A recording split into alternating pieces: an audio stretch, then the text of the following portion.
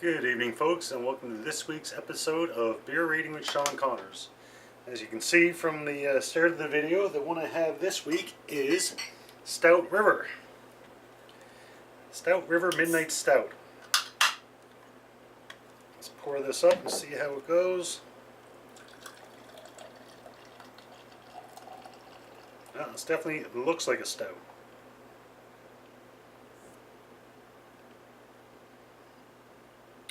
Alright, so a little bit about this beer in the brewery. As I said, the name is Stout River Midnight Stout. It's Western Newfoundland Brewing Company. It's a small company. They've only been around since 2006. They self-describe themselves as a nano brewery, which basically means it's smaller than a microbrewery.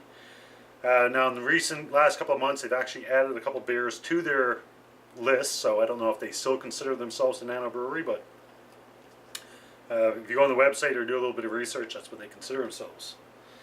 And this one is 5.5% alcohol. The logo, as you can see if I zoom in, I thought this was kind of cool. I'll tell you why in a second. You can see a little creature on the can. Right above there. There you go. It looks like a half man with a fin. It's actually what they call a mersquatch. They say it's half mermaid, half Sasquatch, found only in the Grossmorn area, Newfoundland.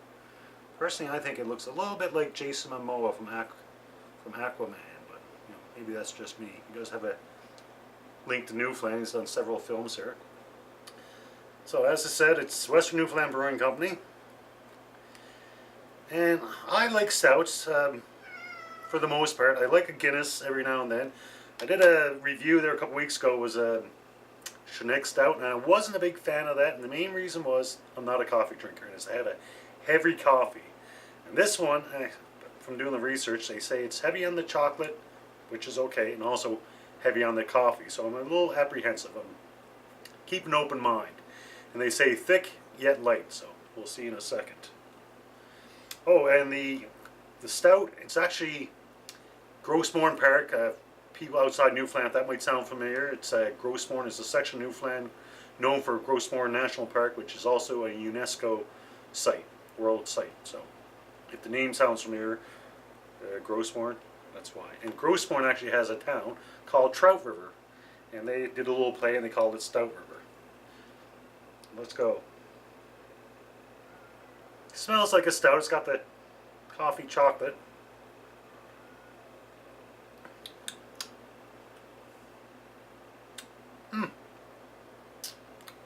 Interesting. It's not as heavy with the coffee as I expected.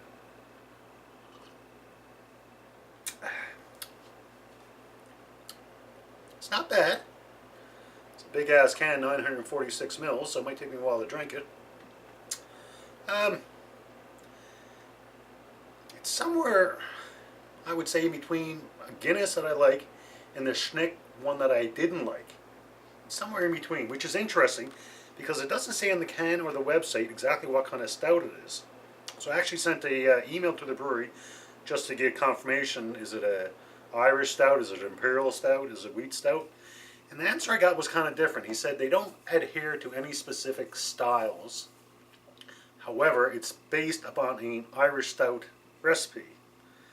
But if you look at the can, it's made out of water, malted barley, flaked oats, hops, cocoa beans, and yeast. So for me, I'd almost think it's kind of a wheat stout, although it doesn't have the creamy head that a wheat stout is. So, and they also said I can't remember exact words, but they say the recipe could change in the future. It's evolving. So there you go.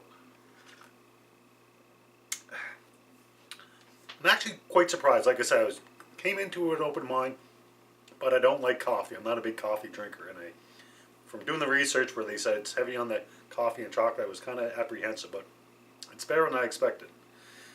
Like I said, I'm a Guinness. I like my Guinness. I wouldn't quite put it up there yet, but it's not bad. All right, for the talk for this week, as you remember, last week we talked about the origins of beer. When it came about, how it came about, etc., etc. This week I want to build up on that. I want to talk about how beer may or may not have changed history. Or, I guess, I'm trying to be politically correct. I'm talking about how beer changed history. And what the historians, anthropologists, or theorists believe. So we talked about beer came about between 7 and 9, or between 7 and 9,000 BC. And it was at the same time as the agricultural revolution. Now many historians, theorists, anthropologists believe that the agricultural revolution, or revolution, was basically when man went from being a hunter-gatherer to being more civilized. And a lot of them believe that they actually started the agricultural revolution to grow crops specifically for beer, such as barley. So there you go. The civilization of man could be linked to beer. And with that being said, where they decided to gather together were basically areas that were good for growing whatever crops they wanted. In this case, maybe barley. And with the agricultural revolution, obviously they started farming for the first time, so farming tools were developed, such as the plow, irrigation systems, even the wheel and the cart, and to a certain degree, math and rating, because for the first time, they were having commodities, trading commodities. They had lands that they had to keep track of. So they actually say that math and rating were actually part of the agricultural revolution, and beer was a big component of that, why they started settling down. So you could say beer changed history that way. History is linked to the history of civilization. Fast forward a little bit, in about 2500 BC, Egypt, when they were building the pyramids. Egypt was actually, their economy at the time was based upon beer. And the workers that built the pyramids, the Great Pyramids of Egypt, were actually paid in beer, believe it or not. They were paid 7 points of beer a day, which worked out, somebody's done the calculations, roughly about 1.5 billion points of beer. So beer was actually the payment for building the pyramids. The other spot in history is Louis Pasteur, pasteurization. High school biology, pasteurization. It's, you heat a substance or a liquid or whatever the case might be, and it kills the bacteria. A lot of people think that Louis Pasteur, we link it to milk. You think of pasteurized milk and everything else. When the reality is that Louis Pasteur was actually studying beer, not milk at all. And that's how he came up with pasteurization. He was trying to figure out why beer spoils. And at the time, nobody knew about bacteria or germs. So he was actually the first one. And as a result, sanitation throughout the world basically changed. Doctors suddenly, realized, okay, going from one patient to another patient, I have to wash my hands, and other sanitation. So it's definitely had an effect on saving lives, sanitation, and pasteurization, and beer. And what else? The first automated production line. A lot of people think that Henry Ford had the first automated production line, when in fact, 10 years before Henry Ford started going with the production line, there was a gentleman made a production line for beer bottles, glass. And basically at the time, bottles were made by hand, obviously, and one of the main components of labor was children. It was child labor. So with the invention of the automated line for beer bottles, they didn't need the child labor to the same degree. So you could say beer changed history in that regards. Next we have refrigeration. You think of refrigeration, refrigerators, freezers, AC, and God only knows what else you can link to refrigeration. The gentleman that invented refrigeration was actually financed by beer companies. And that was about the 1870s, and the main reason was because the lagers had just come into play. And lagers, they're made at a cooler temperature, and then they're lagered or stored at a cold temperature. So they were using caves, and they were, harvesting ice in the winter and putting it in storage. But they wanted something whereby they could make their own refrigeration. So, there you go. Beer helped, or beer was the cause of refrigeration. Next, we're actually going to go back a little bit. 1620. You think of the pilgrims coming to North America, they landed in Plymouth and go from there. When in fact, yes, they did land in Plymouth, but they weren't supposed to. They were actually supposed to land further south. But they were dropped off early on the ship, because the ship was running low on beer. And what it was back then, water wasn't safe to drink, but beer was safer. So on board ship, they would store, rather than water, they would store beer, because beer wouldn't go bad and would keep for the trip. So when they brought they ran into trouble coming over, and basically the crew wanted to make sure they had enough beer to get back home, so they dropped the Pilgrims off early. So there you go. Once again, beer has a factor in history. Next one, we're going to about 1773 in a spot called the Green Dragon Tavern, which most people probably never heard of. But it was a tavern in Boston whereby the Sons of Liberty gathered to figure out, what they're going to do for, what they're going to do about British control.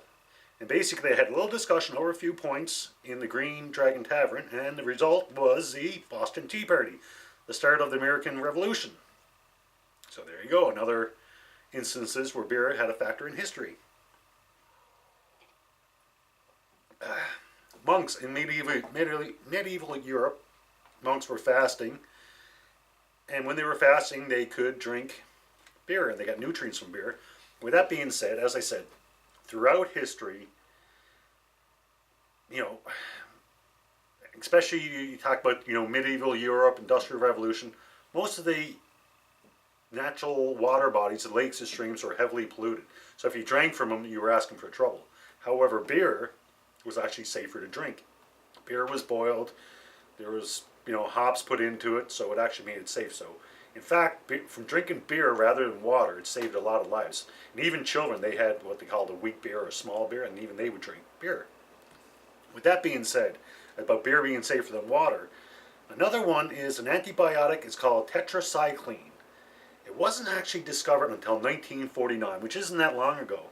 However, that antibiotic was actually found in the bodies of mummies, old ancient mummies. And through doing some research, they discovered that the antibiotic came from beer. So even knowingly, throughout history, people drinking beer, they were actually drinking, to a certain degree, an antibiotic. And there you go. So beer definitely had a factor in history. One final one, didn't change history, but we all know the story of Jesus turned water into wine. Well, actually, the story goes that he turned water into a strong drink. Some historians, theorists, anthropologists believe that it was beer that he turned the water into, and not wine. Now, other Bible specialists, historians, whatever, they dispute that, but there's still the theory that possibly, Jesus turned the water into beer and not wine. But once I said, other people say no, it's not true. But regardless of that, if you look at the rest of them, beer has saved lives throughout history.